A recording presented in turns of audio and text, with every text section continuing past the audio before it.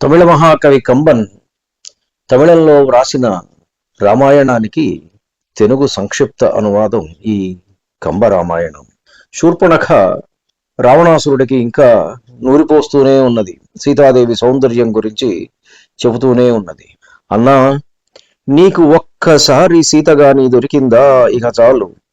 నీ సంపదలు, నీవు ఆర్జించిన సమస్తము ఆమె పాదాక్రాంతము చేస్తావు. నీకు సీత దొరికే విధంగా నేను చేస్తే నీ భార్యలందరికీ నాపై గొంతు వరకు కోపం వస్తుంది. అయినా అవన్నీ నీకోసం నేను లెక్క చేయను. నీకొక రహస్యం చెబుతాను విను. సీత అని పిలువబడే అద్భుతం ఎలా పుట్టిందో తెలుసా? దేవతలు రాక్షసులు సముద్రాన్ని చిలికినప్పుడు శ్రీ మహాలక్ష్మి పుట్టినదని తెలుసు కదా. సముద్రుడి కన్నా తనే గొప్ప అని నిరూపించుకోవడం కోసం లక్ష్మి కంటే అందమైన స్త్రీకి భూదేవి జన్మనిచ్చింది. ఆవిడే సీత.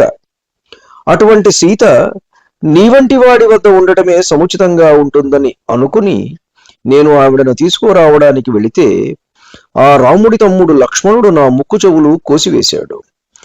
ఎలాగైనా సరే సీత గురించి నీకు తెలపాలనే ఉద్దేశంతో ప్రాణాలు అరచేత పట్టుకుని పరుగు పరుగున నీ వద్దకు వచ్చాను. నీ భుజబలంతో నీవు సీతను తెచ్చుకో, నాకు రాముణ్ణి తెచ్చివు. అతనితో సరదాగా ఆడుకుంటాను. రావణుడి హృదయంలో ఒకే ఒక రూపం ఆక్రమించింది. ఆ రూపం శూర్పణఖ వర్ణించిన సీతాదేవి రూపం. అతడి జీవితానికి ఏకైక లక్ష్యం ఇప్పుడు సీత. కనులు తెరిచినా మూసినా అదే రూపం. ఇక ఏవీ గుర్తుకు రావడం లేదు.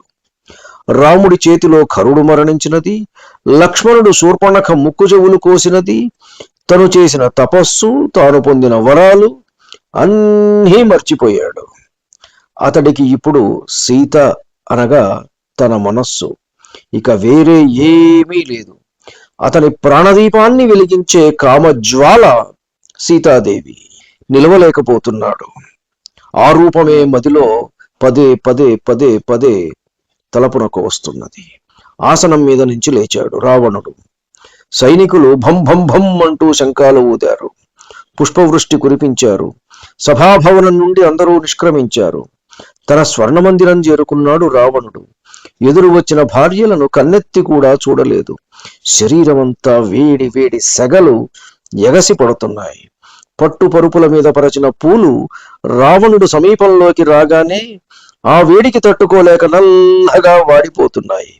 పరిచారకులు పూసే చల్లని మంచి గంధపు పూత పూసినది పూసినట్లుగా ఆవిరైపోతున్నది. ఐరావతం దంతాలు విరిచిన మొనగాడిని మన్మధుడు నేడు తన పూల బాణాలతో తీవ్రంగా తూట్లు ఒడుస్తున్నాడు. పరాయి స్త్రీ గురించి ఆలోచించటం మహాపాపము అనే భావన ఏ కోశానా లేని పాపాత్ముడు రావణుడు. సుగంధాలను మోసుకొని వచ్చే గాలి మీద కోపం, శరీరాన్ని దహిస్తున్న అగ్ని మీద కోపం, శుతిమెత్తగా ఉన్న ముళ్ళవలే తగులుతున్న పట్టు పరుపుల మీద కోపం, ఒకటే కోపం. ఏమి చెయ్యాలో పాలుపోవడం లేదు దశకంఠుడికి. చివాలును లేచాడు. తోట గుబురులలోకి నడిచాడు. అక్కడ చల్లటి చంద్రకాంత శిలల మీద నడుము వాల్చాడు. అతని ఉచ్ఛ్వాస నిశ్వాసాలకు భయపడి పెంపుడు రాయంచలు దూరం దూరం జరిగి భయం భయంగా ముడుచుకున్నాయి. చల్లగా మందంగా వీస్తూ కోరికల సెగలను పెంచి మనసును తీవ్రంగా గాయపరుస్తున్న వాయువును కఠినంగా మందలించాడు. ఇది ఏ ఋతువు అని. అంతే, మరు నిమిషమే వాయువు ముడుచుకుపోయాడు. ఎలా వీయాలో తెలియక తికమక పడిపోయాడు. బయటి వాతావరణం కాదు మనిషిని సంతోషంగా ఉంచేది, అంతరంగంలోని ఆలోచనలు మాత్రమే. నిలువలేడు, కూర్చోలేడు. పదే పదే పంచభూతాలను ప్రశ్నిస్తున్నాడు, ఏ ఋతువు ఇది అని. ఎలా ఉంటే రాక్షస సార్వభౌముడు ఆనందంగా ఉంటాడో తెలియక రకరకాలుగా తమను తాము మార్చుకుంటున్నాయి పంచభూతాలు. ప్రపంచమంతా ఏ ఋతువో తెలియక అయోమయంలో పడిపోయింది. కాలం వక్రగతిలో నడవడం మొదలుపెట్టింది. కానీ ఏ ఋతువైతేనేమి, కాముకుడి హృదయం కల్లోలంగా ఉన్నప్పుడు అగ్ని ఆజ్యము అవసరం లేకుండానే భగ్గున మండుతున్న ఆ జ్వాల చల్లారేదలా? కేవలము సచ్చీలమే ఆ మంటలను ఆర్పగలదు.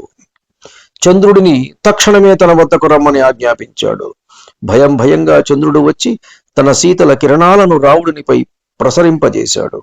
వెనువెంటనే సేవకుల మీద చిందులు తొక్కాడు. చంద్రుడిని తీసుకురమ్మంటే సూర్యుడిని ఎవరరా తీసుకుని వచ్చింది అని. ప్రభు, అతడు చంద్రుడే. మీ ఆజ్ఞను ధిక్కరించే సాహసం చేయగలమా ప్రభు? అతడు చంద్రుడే అని బదులిచ్చారు సేవకులు. ధన్యుణ్ణి. నమస్కారం. మీ ఊటుకూరు జానకి రామారావు.